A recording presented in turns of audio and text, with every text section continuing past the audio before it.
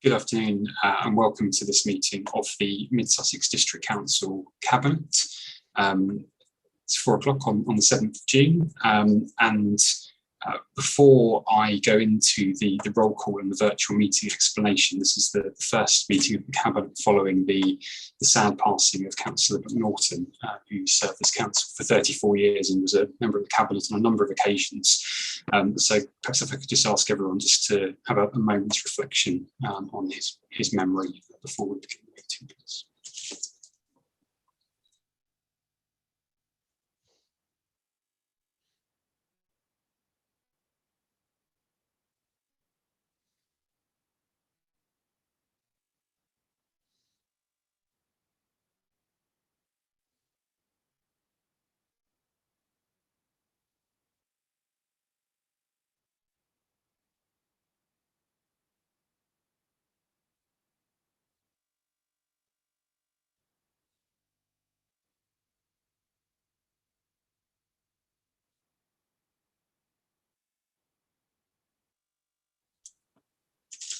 Thank you, everyone. I know Andrew was a very distinguished member of Cabinet and greatly enjoyed his lengthy spells in the Cabinet under a number of leaders, and he would be greatly missed by us all in our deliberations.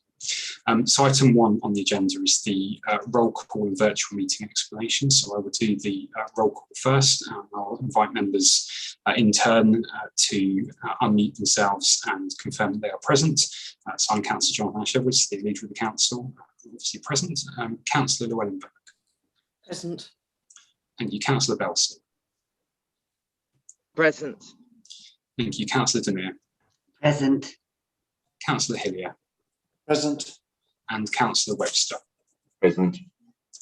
Thank you. And I'll come now to Tom Clark, the Solicitor of the Council, for the virtual meeting explanation, please.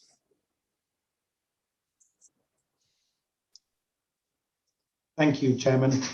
We're meeting today under the virtual meetings regulations that were introduced in 2012, specifically for cabinets. So this isn't under the COVID regulations, this is under executive arrangements for public meetings. The public are accessing this meeting via the live streaming. It is a public meeting. Thank you, Chairman. Thank you very much for that, Mr. Clark. So item 2 is to receive declarations of interest from members in respect of any matter on the agenda. Colleagues, can I ask you to indicate if you have a declaration? I'll go to Councillor Hillier first. Thank you. It's tenuous, but I think it's important. It's made in relation to agenda item 6, community management asset transfer policy. There is a Mid-Sussex District Council building in which an organisation that I chair is involved in partners and having prospective discussions. I think it's important that that's on record. Thank you. Thank you. So I think unless Mr. Clark advises it, otherwise we're taking that as a personal interest. Okay. Item 3, to receive any apologies for absence. I think we are all present. Item 4 is to confirm the minutes of the meeting held on the 8th of February, which are in our papers, colleagues. So we're happy that they are an accurate record of that meeting. Can I ask you to use the yes and no buttons to indicate your agreement, please?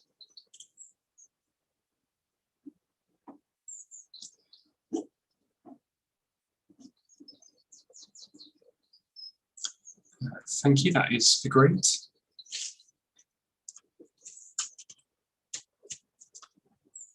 Item 5 is to consider any items the leader agrees to. I did try to vote, but I raised hand by mistake. No, that's fine, Councillor Belson. I saw your raised hand and assumed that would be the case. Thank you. Item 5, to consider any items the leader agrees to take as urgent business. I haven't been notified of any. So item 6 is the community management and asset transfer policy, and I will turn to Elaine Clark to introduce this item, please. Thank you. So Cabinet is asked to consider the draft community management and asset transfer policy and the comments that were made by the Scrutiny Committee for Leader Finance and Performance on the 19th of May in order to finalise the draft before it's presented to full council for adoption. The council owns a number of buildings which are already leased to community organisations, so this is not a new policy, but the paper aims to set out a framework and formalise the process for considering asset transfers. The Scrutiny Committee made a number of comments which are highlighted in paragraph 12 of this report. The first two suggested revisions relate to paragraph 5 of the policy document, not paragraph 6 as it says in the report. I'm afraid there was a mistake with the formatting. And they're in relation to the applicant criteria. So one was around inclusivity and the other was around organisations that promote religious and political activities. There was also some concern about paragraph 14 of the policy document, not 15 as it says in the report, which refers to proposals for developments on recreation land. And as members will be aware, these would only be acceptable if they met the existing planning requirements. And we'd also have to make any disposals publicly advertised and consider any objections within Cabinet. And then there was a final question raised by scrutiny members around the council's capacity to manage community buildings if they were returned to the council, which we would hope would be a temporary measure. So thank you. I'm happy to take any questions. Thank you very much, Elaine Clark, for that introduction. Colleagues, I'll invite members to raise their hands if they wish to contribute on this item, please.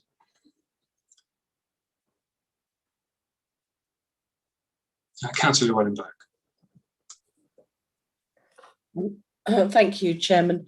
I was present at the Scrutiny Committee and I really just wanted to make it clear that this is a framework and it's it's to ensure that there's transparency, but we do, as Elaine Clark has said, have a number of buildings that are leased and their lease conditions do differ and the uses of the buildings do differ.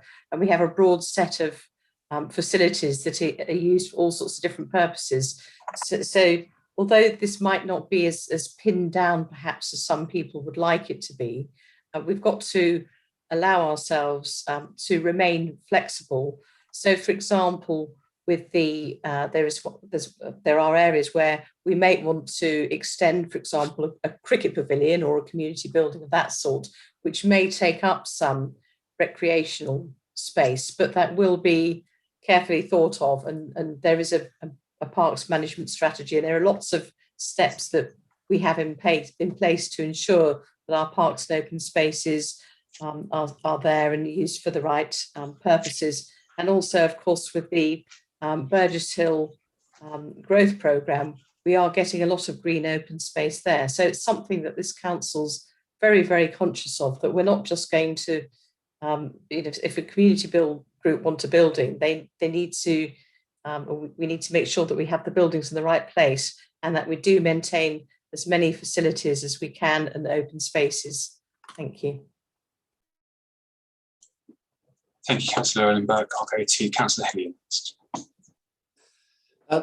Thank you, Chairman. Yeah, an excellent paper, and some of the olders would probably remember this actually builds on work started several years ago by the District Council consulting with parishes and towns about the use of community buildings. I think it's fantastic that we're showing a true intent to make them available to community users for community use as much as we can.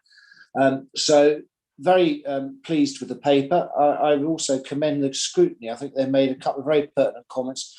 Certainly one that my colleague Councillor Wellenberg has just referred to as one when I was reading the papers over the weekend, wrote good all across, and I'm very pleased with her clarification. I also have, so there's 2 points I would like to make. And the first one is in relation to, obviously Elaine Clark referred to as point D. And it's not so much about our ability to take them back, it's our ability to ensure that prospective tenants are complying with their obligations. This is a problem throughout the property industry, not just public sector, but commercial, in terms of landlords not keeping a close eye on whether the tenants are looking after their buildings. And then suddenly something goes wrong and if it's really expensive, the tenant just disappears into a bankruptcy or whatever, and the landlord is left potentially holding an extremely expensive repair. So if an officer is able to make any comment around that, I'd appreciate it. And I just wanted to check if I could with Tom Clark, and my apologies, this might be my lack of legal understanding. In the memorandum, it talks about a failure to comply will mean a breach of heads of terms. Is that factually correct, or should it be a breach of the lease agreement? Those are my points. Thank you. Thank you, Councillor Hillier. I'll invite Elaine Clark to respond on those points. I think the question about ongoing maintenance obviously is one that would sit with the estates team, and I think one of the things that this will do is strengthen our ability to ensure that they are maintained regularly. I think by having the management agreement that outlines the tenant's responsibilities quite clearly, I think that gives us a good opportunity to deal with that if any problems do occur. The other issue about the heads of terms, is that for Tom to answer? Yes, with the heads of terms, you would expect those to be reflected in the lease. So once the lease is signed, you're talking about a breach of lease, and what Elaine has just referred to assists you with determining whether there's a breach of the lease. So it sets out the responsibilities of both parties more clearly. So heads of terms to lease, and then possible breach of that lease. Thank you. Councillor Webster.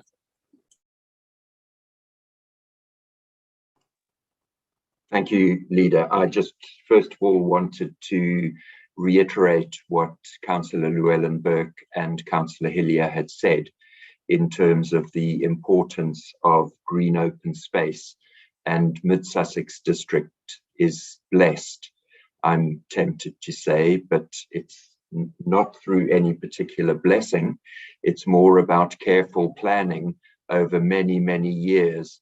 We have a very large number of green open spaces, far more than a comparable council of this size, and they are well tended and well cared for.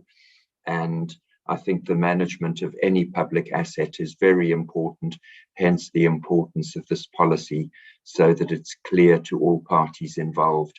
And I fully endorse what we've been asked to consider. Thank you.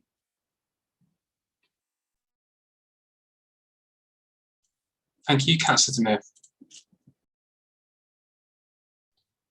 Thank you, Mr. Chairman. Yes, really, just to say it's an excellent paper, and thank you for answering those questions. I was very comforted towards the end, point 24, that we will reserve the right to appoint a councillor as a nominated non-exec, which I think is an excellent idea, and also that any lease would need to be agreed by the Cabinet, which I think gives us assurance that, as Councillor Llewellyn-Burke has commented, this is a framework. These aren't the detailed leases. So I'm very happy, and thank you. Thank you very much, colleagues. I haven't got any other members indicating that they want to speak, and as colleagues have said, this is a useful policy framework that we can use when we wish to invite expressions of interest, and obviously the full assessment of all of those would be necessary before any decisions are made. And I think, as colleagues have said, I think there are sufficient safeguards in the policy to allow that to happen. So we'll move to the recommendations, which is set out in paragraph 2. The Cabinet is asked to consider the policy and the revision suggested by the Scrutiny Committee and agree a final draft to be presented for adoption to the Council. And so that's the the draft in the appendix. Are we happy to make that recommendation to Council Chairman? Colleagues, can I ask you to use your yes and no voting buttons, please?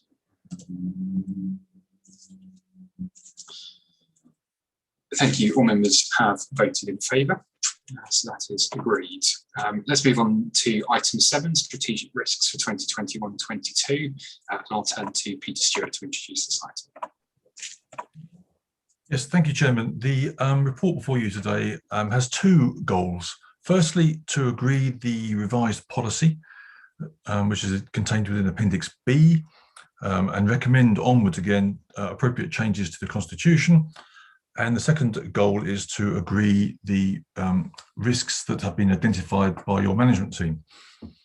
So to start with the revised policy, as the report mentions, it is a clarifying update, but it does make a substantive change also in that it recommends changes to the terms of reference for the Audit Committee to bring the Audit Committee up to date, to take a look at governance as well as risks.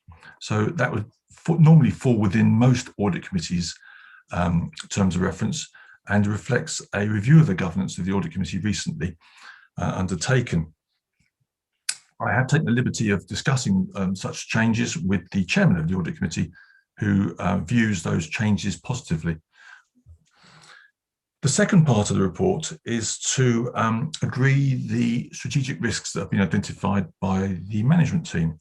And as you'll note, these have changed from previous years, and it reflects, I think, some changes both in the way the council conducts its business and, if you like, technological changes as well, if not also the pandemic impacts as well. So the first risk we identified, as the report says, is really around finances and contracts. Without labouring the point, you will appreciate that the pandemic has had a major impact on all councils' finances, and it's possible that will carry on for some years to come. It is therefore a risk to the council that if such a large variance in its income, that's what predominantly it is, carries on, that would be a major risk to the sustainability of the council's finances over the medium term. So whilst I know this is a 21-22 strategic risk report, it reflects the fact that actions undertaken, if you like, in next year have a long tail and will affect the finances in the future. In other words, this is something that we need to address over the short term if we are to address it over the medium term. The second risk that's identified is really around cybersecurity. Is not particularly something I can talk about with any authority, but I do know that where authorities have been the victims of attacks, that has had can have and has had a catastrophic effect on their day-to-day operations. And that can go on for some time. So it's not just a day-to-day thing. I know I just said it's day-to-day, but it actually can be a strategic risk in sense that it can be very costly and can have a long tail. And the third risk, as the report says, is actually allied to the second one, is really around business continuity. We are very dependent on ICT. We are doing it right now. And without ICT, without digital capabilities, the business of the council could quickly come to a slowdown or even a halt. So therefore, your management team have agreed that this is a strategic risk that faces this authority, and indeed many other authorities. We're not singling out this authority for this treatment. This is simply a reflective of the modern day work environment. I think that covers things. As I say, the decision around the changes to terms of reference of the Audit Committee is not one actually for Cabinet, of course. We are simply suggesting that be recommended to the Constitutional Review Group, who then take it on through their usual work channels. Thank you. Thank you very much, Mr. Stewart. Colleagues, I'll invite members to comment on the report. Councillor Llewellyn-Boak. Thank you, Chair. It's good to see the changes that Mr. Stewart's recommended and the management team to the strategic risk management policy, because the last year has been so shocking for us all that we've had to look at a number of things with a fresh pair of eyes and consider our risks and how we're going to address them in future. And I just wanted to mention about the first one, with the reserves are needed to balance annual budgets. I was hoping that would never actually, be on the horizon for us, because as an authority, we've been in control of our revenue and expenditure. We've been financially independent, and nobody predicted global pandemic.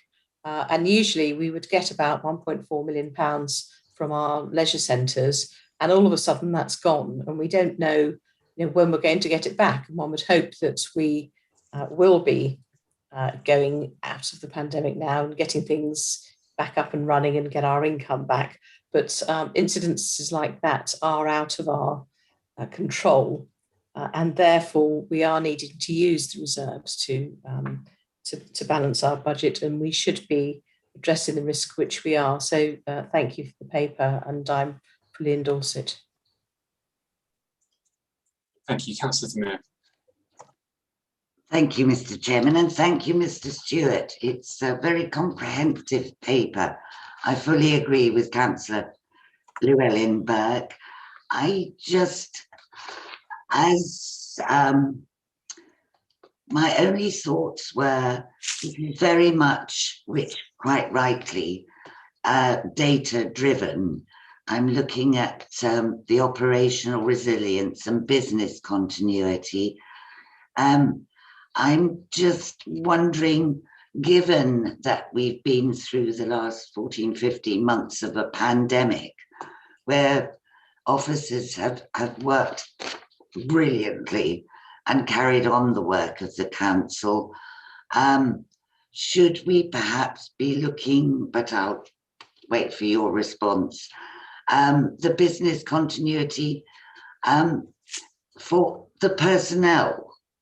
I'm thinking of our customer services, our planning officers. We don't mention real people. We mention data a lot. But is this something that's covered in another sense?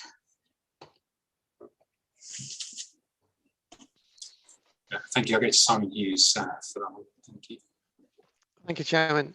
Yes, I can answer Councillor Demir's question. We look at the resilience of our workforce through workforce planning, and as you'll know, through the various metrics we have on things like sickness, etc., and our ability to recruit. We also have, and this has grown in the pandemic, we have a programme of looking at and supporting staff around things like mental health, physical health, and so on, through our health and wellbeing team. So it's an area that we do focus on very much. May I come back, Mr. Chairman? Yes, briefly, Councillor. Thank you. Just briefly, thank you, Mr. Hughes. It's just that the risk is not there in the paper, was my question. Sorry, Councillor. Yeah, what we know from our data is that it isn't actually a strategic risk for us. So, for example, during the pandemic, sickness has dropped. So, and the mitigation that we have in place means that we're very confident that we can support staff and make sure that it's not a strategic risk for us. Thank you. Thank you. Thank you. I haven't got any other members who've indicated to speak. So we'll go to the recommendations in paragraph 2. The Cabinet 1 agrees to strategic risks for 2021-22 and the management plans in Appendix A, and 2 agrees the strategic risk management policy in Appendix B and supports the consequent changes to the Constitution. Can I ask members to use their yes and no buttons to vote on that, please?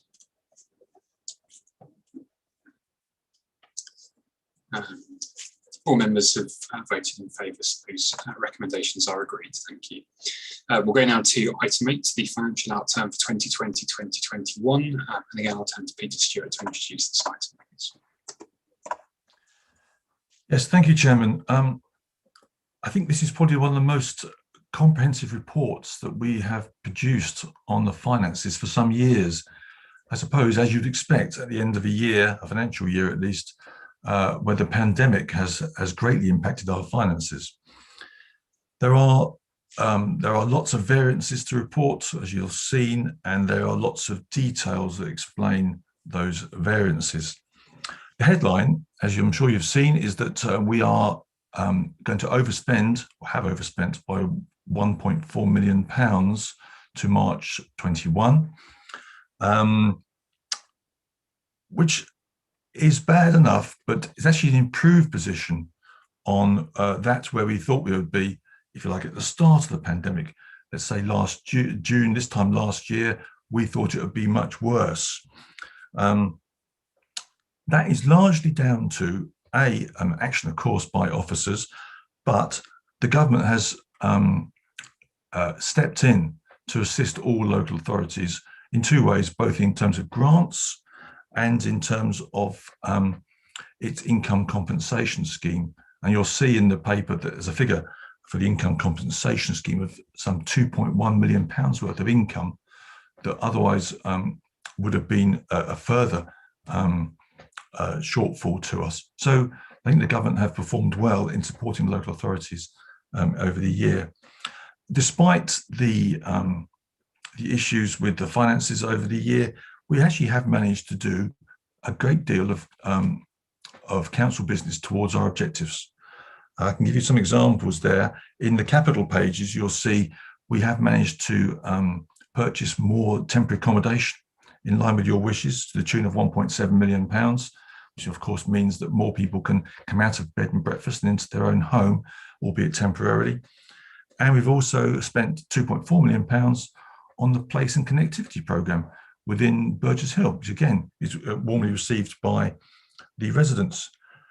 Within the papers, you'll see that we are proposing to put £100,000 into our community development fund to top up that fund, which is presently at a very low balance. And we've also, during the year, acted to protect our reserves by looking at each and every one of our specific reserves, which are detailed in the papers, and questioning whether we still need it, whether there's still a use for it in the future. And amongst some of those reserves that have been returned to general reserve, either because there's still a balance outstanding, which is, and we still need the balance, but we can give some of it up, or else the need for that has passed. So, for example, we have note 34 mentions a leisure insurance reserve, which was set up when our leisure centres, our leisure contract started. We have reviewed that and we decided we don't need to have that as a specific reserve. You can go back to general reserve. The illegal incursions reserve in note 38, again, the need for that, the project has finished, therefore the balance can go back to general reserve. All the time thinking about how we can improve our general reserve position. Harking back to the last paper before you, we know we'll need general reserve in the future, so it pays to have as large a balance as possible to protect ourselves. There's also note 13 mentions a Gatwick reserve, where a balance remains on that reserve, but if you like, a surplus can be given up to go back to general reserve. I think these are all laudable things for us to do in order to increase our general reserve balance and therefore increase the sustainability of the council over the medium term. I could go on further. I think the report is fairly self-explanatory. The final thing to say really is that the upshot of the overspend of £1.4 million is that we need to draw on the general reserve in this year by £1.4 million to, if you like, finance last year's budget. I would, though, say, to finish on a positive, that in the corporate plan, of course, there is no use of general reserve thus far forecast for the 21-22 financial year. we are sustained from income, grant, and other sources of income, the council tax, for example, but not from general reserve. Thank you. Thank you very much, Mr. Stewart. I invite colleagues to comment on the report. I'll go to the portfolio holder, Councillor Wellenberg first. Thank you, Chairman. A very good set of results, amazing in the circumstances that we're in. And although the report, I think, amounts to about 33 pages, thank you to officers for doing the work and producing it, because it is a very comprehensive, detailed explanation of what has been done, and it shows the increase in the amount of capital, for example, that we've spent in the year, that we were able to add in the year, even though we hadn't actually planned for it at the beginning, which was very helpful. I had a question about, you mentioned the Gatwick reserves, and going back to balance, the on page 13, sorry, item 13 on page 59. And we have, in fact, spent £91,000, haven't we, this year?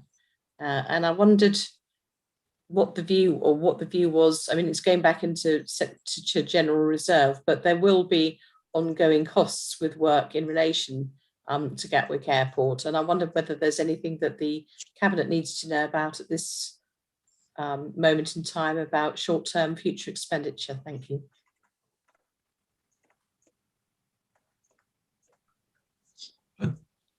Chairman, could I?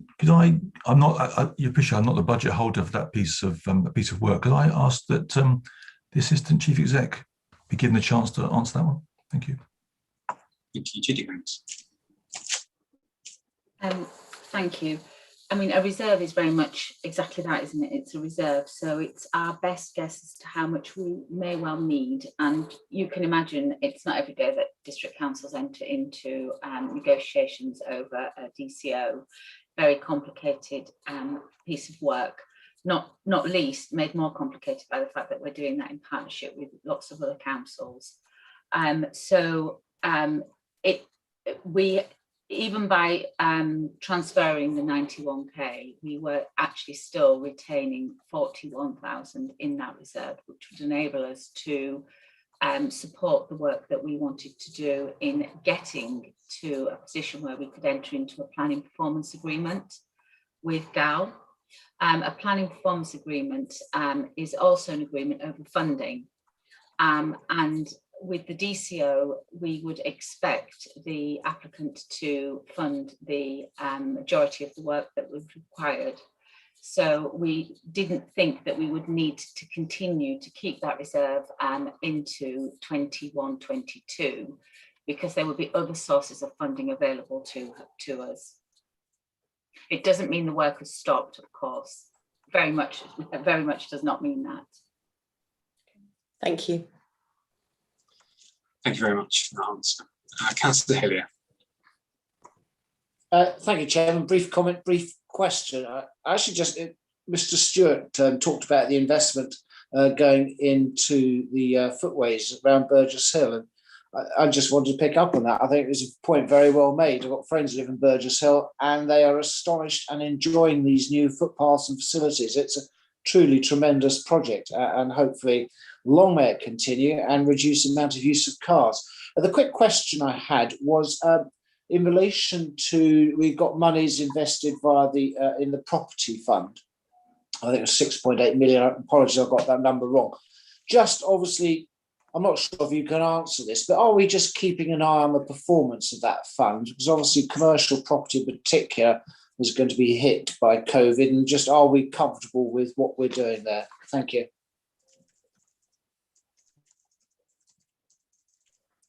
Yes, Chairman, it is a good question, and it's a question that Councillor Llewellyn-Burke and I often discuss about the local authority property fund, and actually they do a very good job. They have very good assets. They were not overly exposed to retail.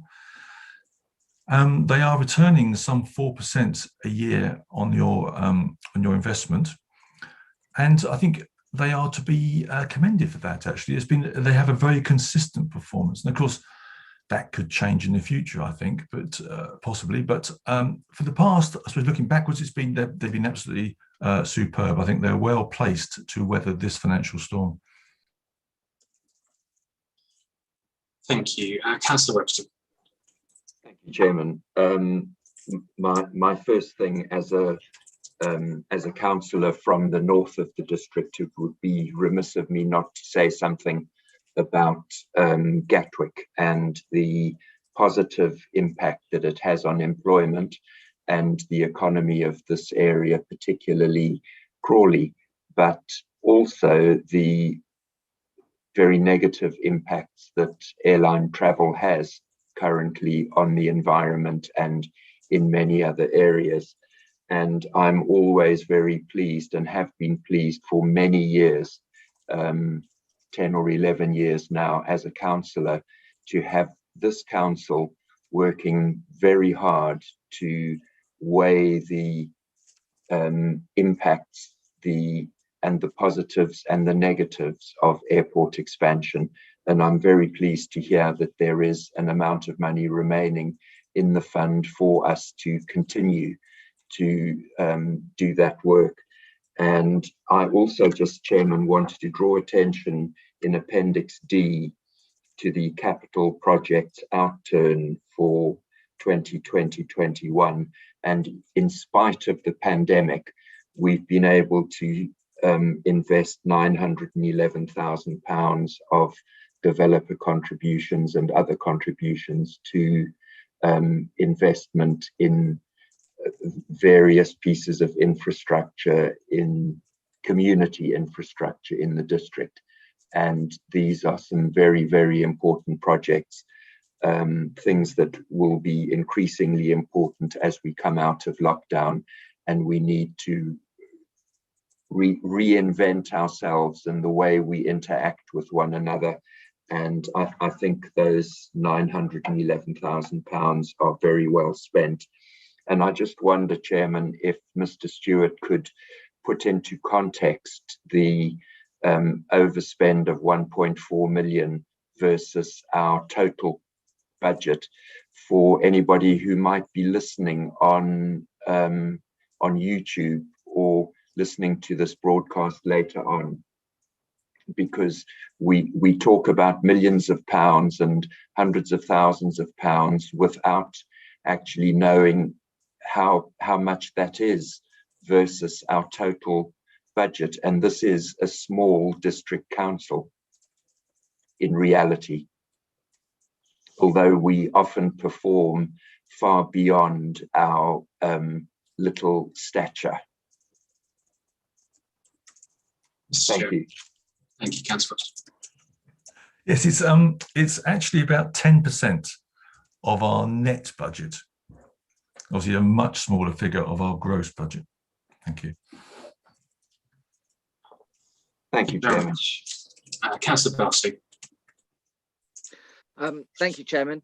No specific questions, but echoing the comments about the wealth of information in this report and the amount of effort gone into that. So thank you very much for that for officers.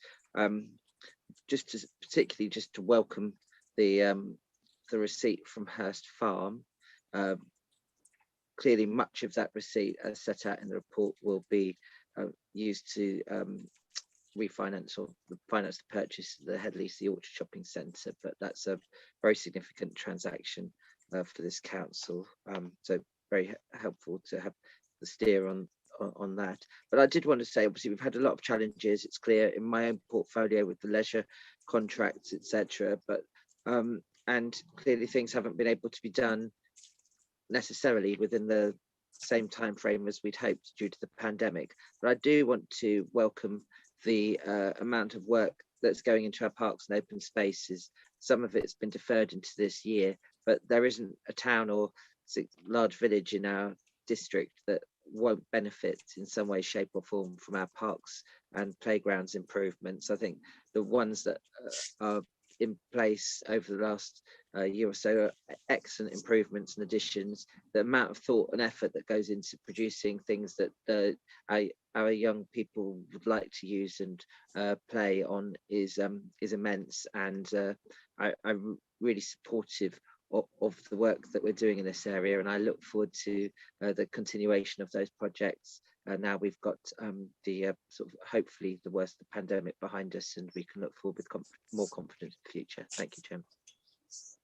Thank you, Councillor Belcher, for certainly endorse those comments. Thank you, members, for your comments. And this is the first report being for the whole financial year that's really detailed the costs of the pandemic.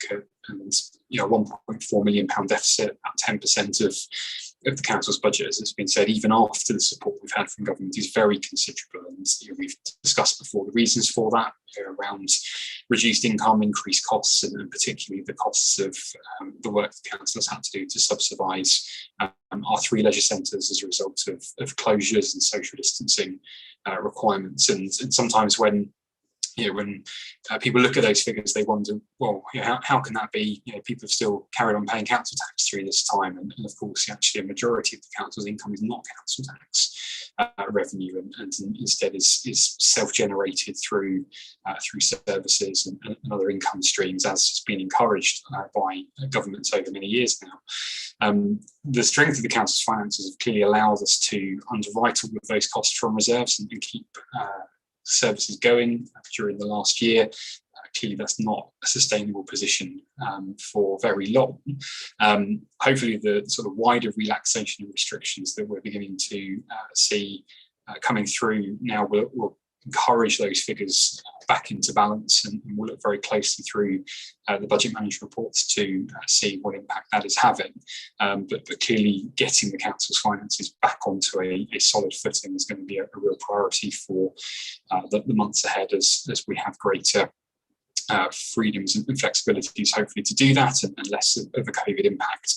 As I say, Cabinet will monitor very carefully how that's playing out in practice. But I think all things considered, and particularly thinking about where we, some of the figures and projections we were looking at back in the spring, I think we could have ended up in a worse place, albeit that a level of overspend of that scale is completely unprecedented for a council of our size, albeit not unusual when looking across the sector as a whole.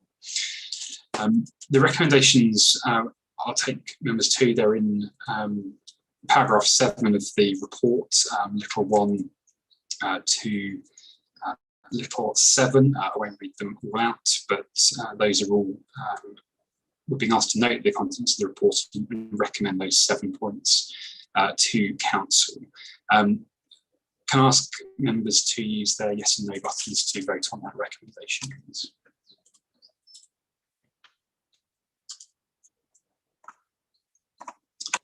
Thank you. That has all members in favour.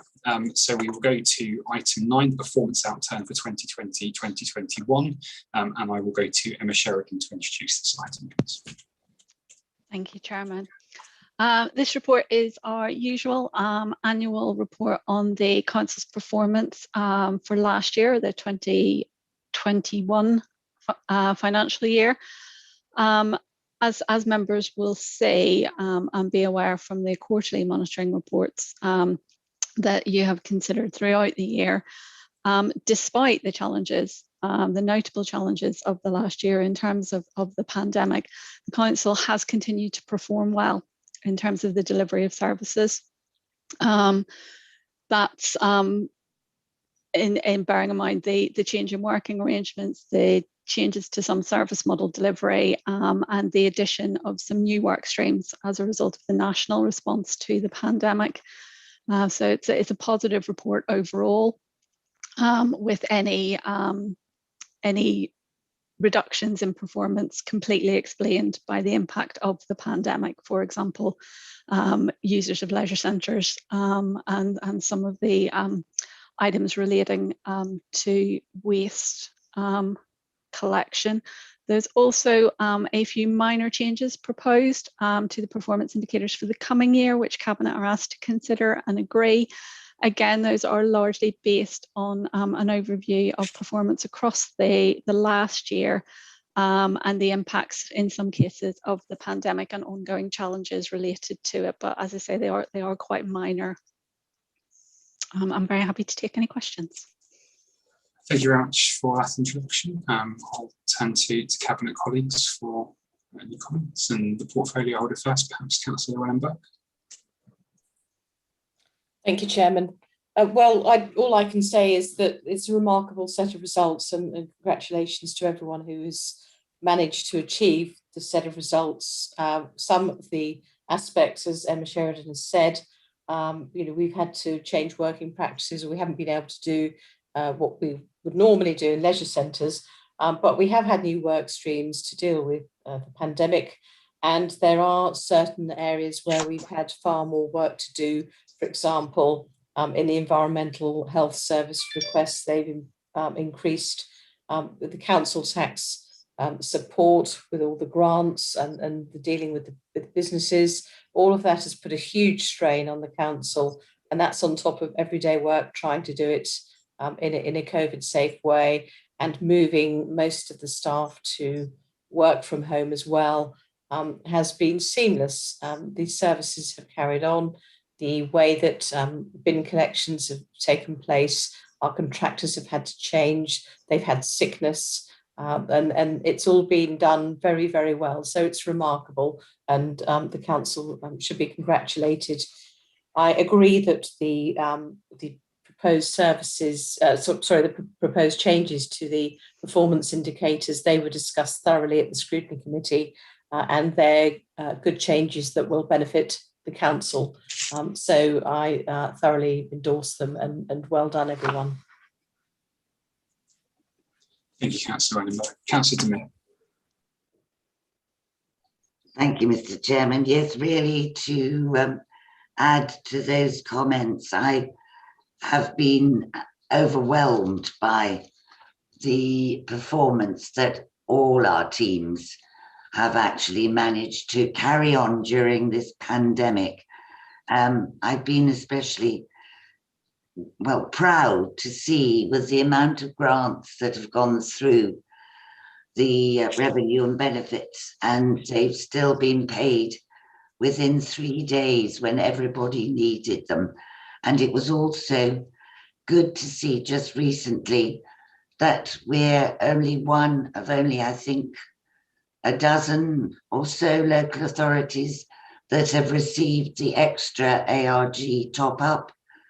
So that means extra funding for us to give to our businesses, which has been really good news. We're starting, of course, and continuing with our restart grants. And I think the other good thing to hear was that we're in the minority of local authorities that had no shortfall in their council tax income. So all in all, I think we should be proud of all our teams. It's pretty fantastic. So thank you. Well done. Councillor Webster. Thank you, Chairman. I just wanted to highlight the work that's been done by the wellbeing team, although the targets have reduced, and it's been impossible to get close to the previous targets because people aren't in work and people haven't been going to see GPs and so on. But in spite of that, over 1,000 people have been supported through wellbeing initiatives, and the proportion of people who have improved in their health has increased from 85% to 92% as a result of the wellbeing interventions. And I'm happy to report that all of the specialist courses that are being run for people pre-diabetes and anti-smoking and back to exercise and so on are full. But that doesn't mean to say that people shouldn't remain putting their names forward for these courses. The other thing that I wanted to highlight was that antisocial behaviour cases increased significantly from 127 in 2019-20 to 184, but the overall crime rate has gone down from 47.83 per 1,000 to 41.5, which I think is quite significant. And of course, in the community, we need to be vigilant as we get back to a more normal society with people being out of their homes more and so on. We need to be vigilant that crime doesn't increase as a result.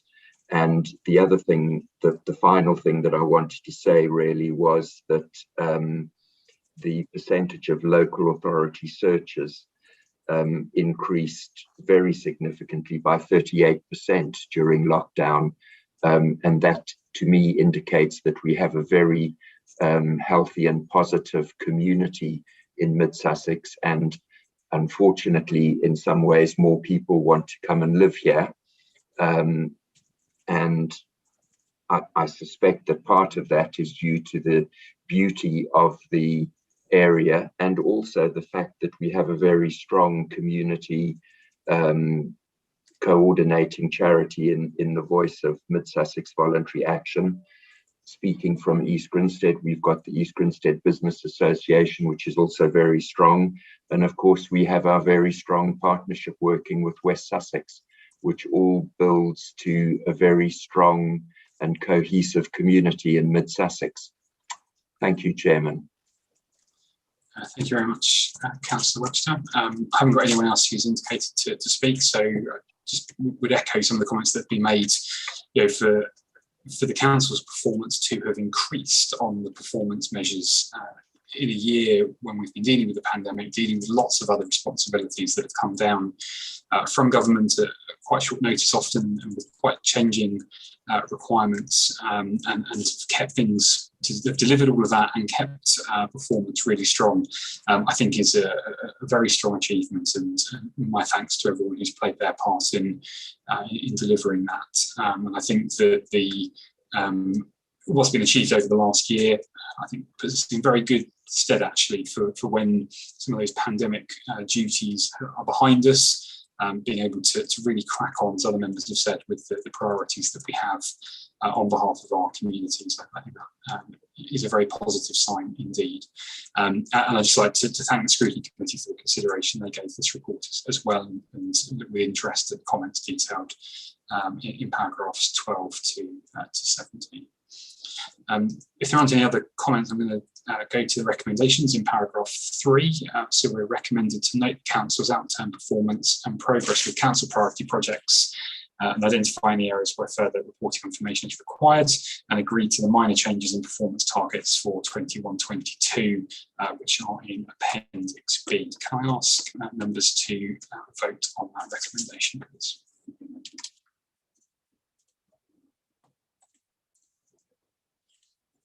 Those recommendations have been agreed unanimously. Thank you, colleagues. That brings us to the end of today's Cabinet agenda. So I'd like to thank everyone for their attendance, and I will close the meeting at 16:53.